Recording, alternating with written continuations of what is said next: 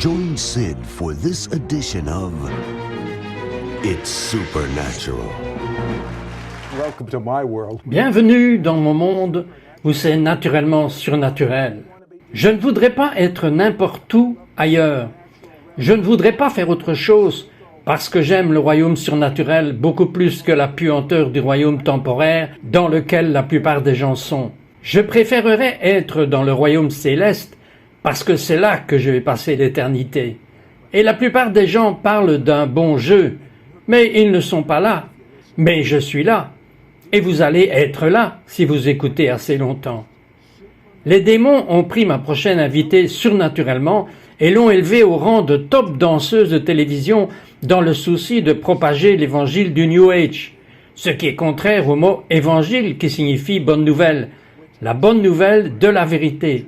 Pourquoi quelqu'un voudrait-il jamais une contrefaçon alors qu'il pourrait avoir l'original? Je vous donne la réponse, parce qu'ils n'ont jamais vu l'original. Robin, en tant que jeune enfant, vous avez fait de nombreux cauchemars. Parlez-moi de cela. Tell me about them. Eh bien, du côté de ma mère, c'était comme une sorte de guerre entre le bien et le mal. Maintenant, je l'ai su plus tard, mais d'un côté de la famille étaient des sorcières noires, des sorcières sataniques, et de l'autre côté de la famille, il y avait des croyants remplis de l'esprit. Et ils croient. Les sorcières noires croient que vous allez naître, ou l'une des générations va naître, avec ce qu'on appelle le voile, qui est essentiellement ce que les gens appelleraient un don surnaturel. Et depuis ce temps, cela a commencé à fonctionner en moi immédiatement. Parlez-moi de ce rêve. J'étais une petite fille, peut-être environ 4 ou 5 ans, et dans le rêve, cette femme venait à moi sur un cheval blanc. J'étais dans cette cabine et elle avait ses yeux bleus perçants, et je pouvais la décrire comme je pourrais vous la décrire maintenant. C'était si vif, et ils sont venus tout le temps, et tout le temps. Et je l'ai finalement dit à ma mère s'est inquiétée, et je me souviens que j'étais assise sur le lit de ma mère un jour. J'ai dit, maman, tu sais qui est cette personne? Et ma mère m'a dit, c'est mon arrière-grand-mère. Elle a dit, tu l'as décrit parfaitement, et c'était une sorcière. And Et vous étiez beaucoup taquiné à l'école. Vous vous êtes battu à un certain moment avec un gars, et vos parents ont décidé que la meilleure chose à faire avec Robin est de l'expédier chez ses grands-parents. Mais ça n'a pas vraiment tourné trop sympa. didn't turn out too nice. Vous savez, lorsque vous avez un don paranormal, en gros je veux dire, à partir du moment où j'ai pu parler, j'avais une sensibilité au domaine psychique qui n'était pas explicable aux gens. Je ne pouvais pas l'expliquer, et donc j'étais considéré comme un enfant hypersensible, même si j'étais vraiment intelligente. Et mes parents ont pensé à ma propre sécurité à cause de toute la belligérance des autres enfants, et ils ont pensé m'envoyer chez mes grands-parents. Mais quand je vivais avec mes grands-parents, dans un ranch, je suis passé à une molestation dès le début. À l'âge de 2, 3, 4 ans, tout le chemin jusqu'à mes 13 ans quand je suis parti, de sorte qu'en plus de l'autre cas, cela m'a vraiment ouvert au domaine psychique. C'est ce qui arrive à beaucoup de femmes. Je pense que les statistiques sont d'environ 87% des femmes qui ont tué quelqu'un ou qui sont en prison. Ou si vous regardez à l'autre type, qui sont les plus performants, ont eu un certain type de traumatisme sexuel dans leur vie. Sounds like Cela ressemble à une période de haut pourcentage de femmes qui ont vécu cela. Oui, c'est beaucoup de femmes, beaucoup. Et donc, dans votre cas, vous êtes traumatisé. Vous ne savez pas quoi faire à ce propos. Mais selon votre livre, vous devenez surperformante. the overachiever. Oui, eh bien, je pense que c'est fondamental, Sid. Je pense que vous êtes une victime parce qu'essentiellement, quand vous êtes un enfant molesté, et puis ça arrive au point où vous savez que vous pourriez donner naissance à un enfant, et je me suis enfui. Mais pendant toute cette période, je restais immobile et j'agissais comme si je dormais. Et donc vous êtes toujours en train de faire quelque chose pour vous, et je suis devenu une victime. Mais pour contrer cette mentalité de victime, je suis devenu une surperformante. Je pensais que si je pouvais obtenir une bonne moyenne, si je pouvais être une majorette, si je pouvais être la meilleure, les gens m'aimeraient. Et il y a eu une énorme confusion. Lorsque quelqu'un est censé prendre soin de vous, ils sont adultes, ils sont censés s'occuper de vous, ils sont censés vous aimer, ils sont censés vous protéger, et puis tout d'un coup, il y a cette intrusion sexuelle dans votre vie, et vous vous embrouillez. you know, you get messed up. I mean, there's no... En parlant de gâchis, vous savez ce qui est arrivé à Robin? Elle est allée dans un voyage scolaire en Angleterre, et là vous avez eu tout un cours, si vous voulez, de certains experts en sorcellerie, le New Age, le royaume psychique. Et quand elle est revenue, elle s'est heurtée à ce qu'on appelle dans la Bible un esprit familier, ou un démon. Ne partez pas, nous revenons tout de suite.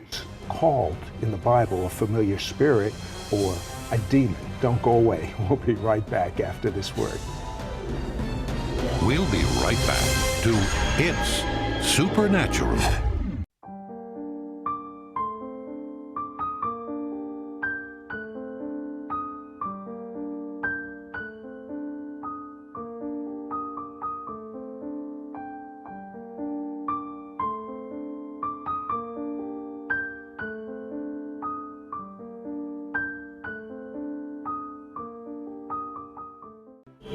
We now return to It's Supernatural. Hello, Bonjour, Citrotte ici avec Robin Harfouche. Et Robin, comme tant d'autres jeunes femmes, a foiré. Foiré dans de nombreuses manières différentes.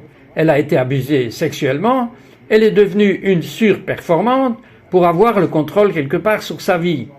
Elle part en Angleterre, et même si elle a toujours ce type de penchants paranormaux, ça s'est vraiment développé. Elle revient, et un esprit vient à elle qui s'identifie comme Marilyn.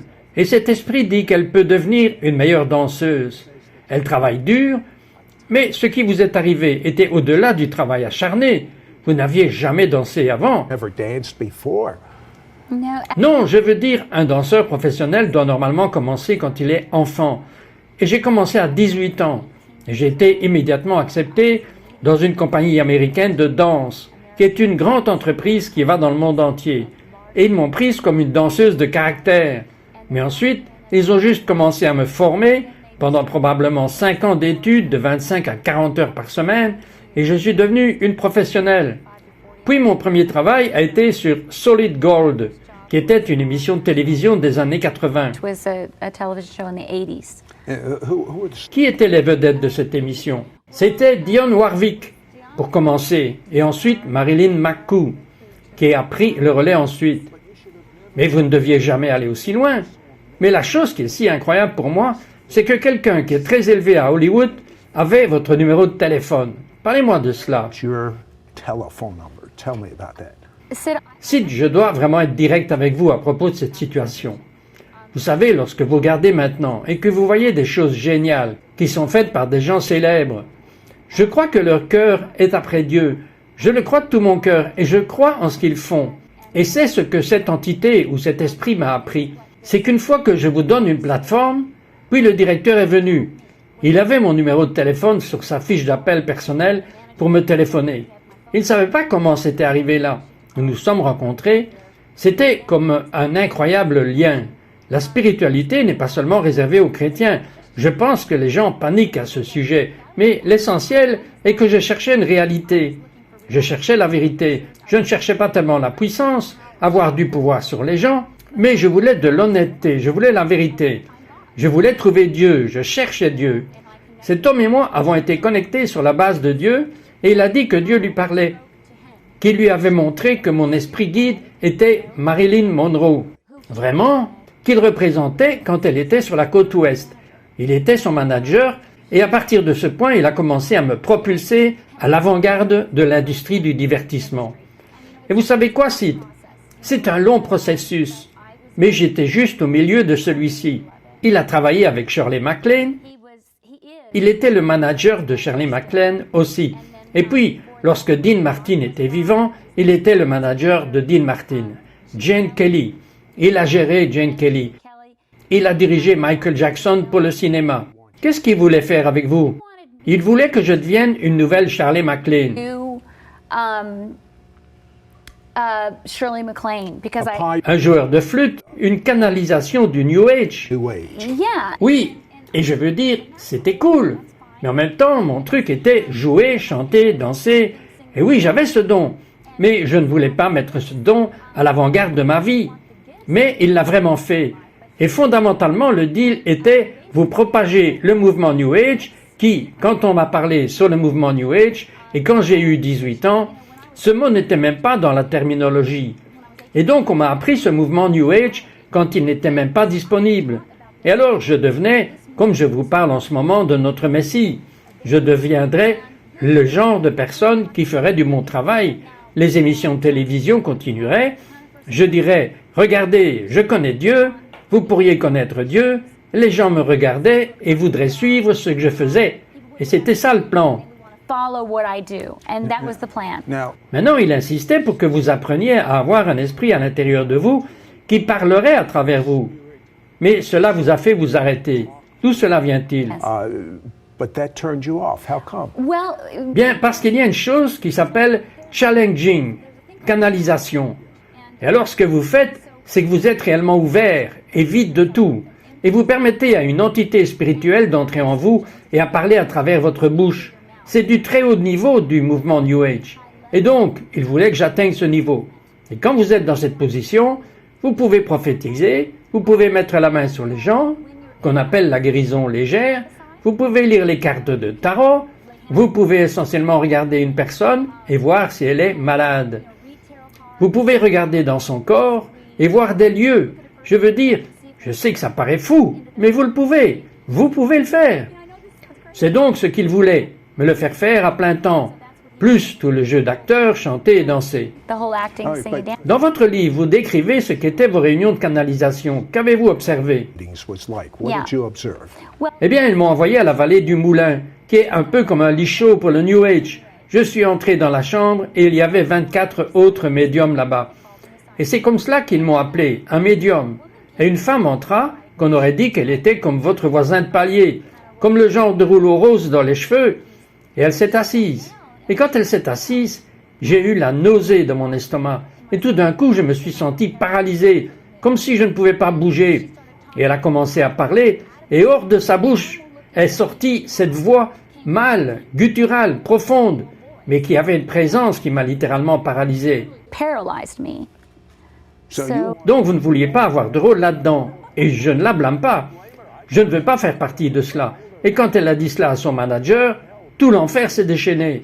Elle travaillait, elle avait un travail comme serveuse, et une porte très lourde s'est écrasée sur sa tête. Elle ne dansera plus jamais. Elle ne marchera jamais plus normalement. Elle était un gâchis. Ces démons n'aimaient pas qu'elle ne voulait rien avoir avec cela. Ne partez pas, nous revenons tout de suite. don't go away. We'll be right back. We'll be right back to It's Supernatural.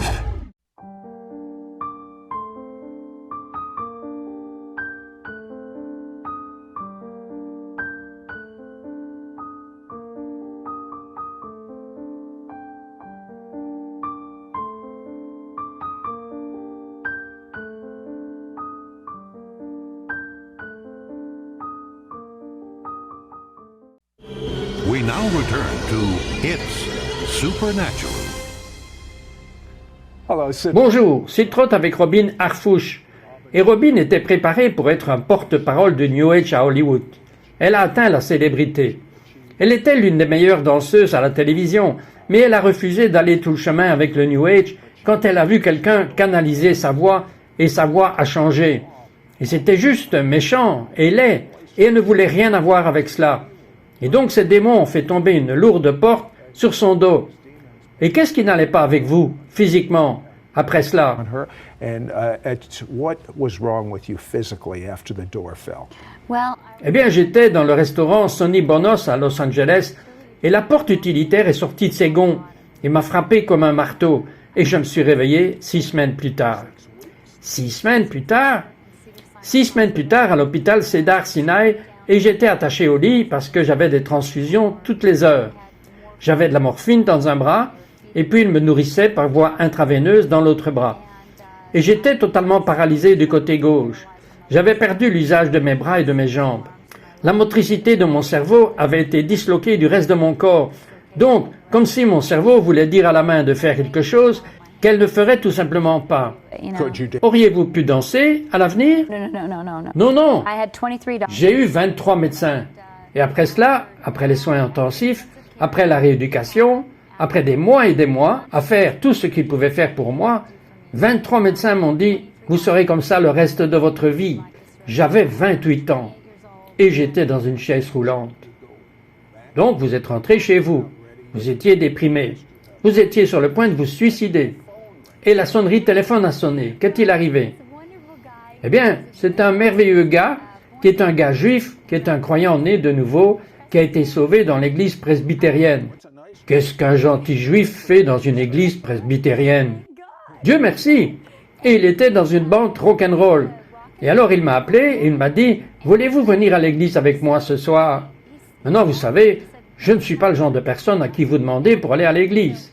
Mais pour une raison quelconque, il y avait quelque chose dans sa voix qui m'a accroché à l'intérieur de mon cœur et j'étais vraiment excité.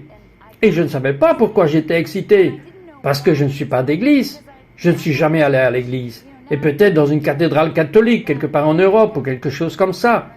Mais je veux dire, je n'ai jamais été vraiment dans une église. Et donc ça m'a pris 3 heures pour me préparer. Et ce jour-là, j'avais décidé de me prendre la vie. Alors c'était, je vais aller à l'église, et puis je vais rentrer à la maison, et je vais faire une overdose de drogue. Aller dormir, et voilà. Parce que je ne vais pas vivre le reste de ma vie dans ce fauteuil roulant. Et je suis arrivé à l'église, et ils m'ont aidé, et je me suis assise. La puissance de Dieu m'a frappé. Je sais que c'est la puissance de Dieu maintenant. À l'époque, je ne savais pas ce qui se passait. Est-ce que quelqu'un a mis la main sur vous? Non. Est-ce que quelqu'un a prié pour vous? Non. Quand ils m'ont aidé à passer la porte, parce que je ne pouvais pas marcher, j'avais laissé mon fauteuil roulant à la maison. Ne me demandez pas pourquoi, c'était juste une folle journée. Vous n'aviez pas de difficulté à vous rendre à l'église? Eh bien, ma maison était à 3 blocs de l'église presbytérienne. Vous étiez motivé, donc vous étiez là, vous êtes entré, et qu'avez-vous ressenti? Quand j'ai passé la porte, j'ai senti comme un éclair qui m'a frappé juste au sommet de la tête. And it just hit me from the top of my head. And I started. But let me ask you. Laissez-moi vous demander quelque chose. Si vous étiez paralysé, comment avez-vous passé la porte? Les gens sont venus et m'ont aidé. Ils m'ont fait entrer. Mais cette chaleur a frappé mon corps comme un feu que je n'avais jamais ressenti de ma vie. Puis j'ai commencé à sangloter à l'intérieur. Et donc j'étais assise là et je pleurais. Je dégoulinais de sueur. Je tremblais vraiment fort. Mon ami n'avait jamais vu quelque chose comme ça. Et je me suis assise là et j'ai entendu prêcher l'Évangile. Et quand ils ont fait l'appel à l'autel pour le salut, ils m'ont aidé jusqu'à l'avant. Et je n'étais pas au courant que Jésus était un guérisseur. Mais je savais, par les paroles qu'ils ont dites, que le Dieu que j'avais regardé toute ma vie, c'était Jésus. Et tout d'un coup, toutes ces choses horribles dans lesquelles j'avais été impliqué sont apparues devant mes yeux. Things that I've been involved in just appeared before my eyes. Like, Vous avez vu cet esprit, appelé Marilyn? À quoi cet esprit vraiment ressemble-t-il? He looked like? What did it look like? oh my God. Oh mon Dieu, cite, comme quelque chose que vous verriez dans un film d'horreur. Je veux dire, je ne sais pas où ils obtiennent ces choses-là, mais cela ressemblait à une créature, juste une énorme, horrible créature. Et j'étais devant. Et le monsieur qui avait été chez Catherine Kuhlman, il était huissier dans ce service et il m'a dit « Vous êtes guéri ». Il ne m'a pas touché, il n'a pas prié la prière du pécheur avec moi. Et tout d'un coup, j'ai volé en arrière et j'ai heurté le sol. Et cette belle femme est venue mettre ses bras autour de moi. Elle a dit « C'est bon, bébé, tu viens d'être guéri ». Parce qu'il a fallu 45 minutes. J'étais au sol à crier de tous mes poumons, en pleurs. No, I didn't know. You know. You went. Donc, vous êtes entré invalide? Êtes-vous littéralement entièrement guéri? Moi, quand ils m'ont mise debout, j'avais mon médicament d'entretien normal qui était de 14 Perdolans par jour, 6 Valium, des pilules pour dormir. Vous passez de la drogue tout le temps à être totalement libre. C'est énorme. Chaque muscle de mon corps travaillait. Mes jambes ont travaillé, mes bras ont travaillé. Tout fonctionnait. Et je me suis assise au premier rang et j'étais juste dans un autre monde. C'était comme si toute l'obscurité était partie et j'étais comme à Disneyland. Land. You know what's Vous savez ce qui est si formidable? Un des associés au ministère là-bas, Dieu lui a parlé. Robin n'était pas marié à ce moment-là et il est devenu son mari. Ils ont commencé une congrégation, ils ont eu une vie de livre de contes et puis un événement majeur s'est passé dans leur vie dont vous entendrez parler. Ça va changer votre destin. Elle a eu une rencontre au ciel. La semaine prochaine, nous parlerons à ce sujet et vous rencontrerez son mari. Mais en ce moment, il y a des gens qui croient dans la réincarnation. Voudriez-vous savoir comment la réincarnation opère? Souvenez-vous de ce démon qui s'était déguisé en Marilyn Monroe. Eh bien, ce démon a été dans Marilyn Monroe, et ensuite ce démon était en Robin, pour que Robin connaisse des choses que ce démon connaissait au sujet de Marilyn Monroe, qu'elle n'avait aucun moyen de savoir. C'est comme ça que les gens arrivent avec toutes ces idées de réincarnation. Mais la réincarnation et la croyance en Jésus sont mutuellement exclusifs. Pourquoi? Parce que vous n'avez pas à revenir sans cesse pour obtenir mieux et travailler vos péchés capitaux. Jésus a travaillé sur vos péchés capitaux. Et la Bible dit que lorsque Dieu voit quelqu'un se repentir de ses péchés et fait de Jésus son Seigneur, il vit à l'intérieur de lui et a une intimité avec Dieu. Il ne voit même plus Robin, il ne me voit même plus, il ne vous voit même plus. Dieu voit Jésus et Dieu vous aime autant qu'il aime Jésus. La Bible dit que vous êtes la justice de Dieu dans le Messie Jésus. Vous devez être Meshuga pour ne pas vouloir avoir de l'intimité avec Dieu. Donc vous êtes peut-être ennuyé d'arrêter la religion. Dites Jésus, je fais de toi mon Seigneur. Allons-y pour cette aventure. Say, Jesus, I make you Lord. Let's get going on this adventure.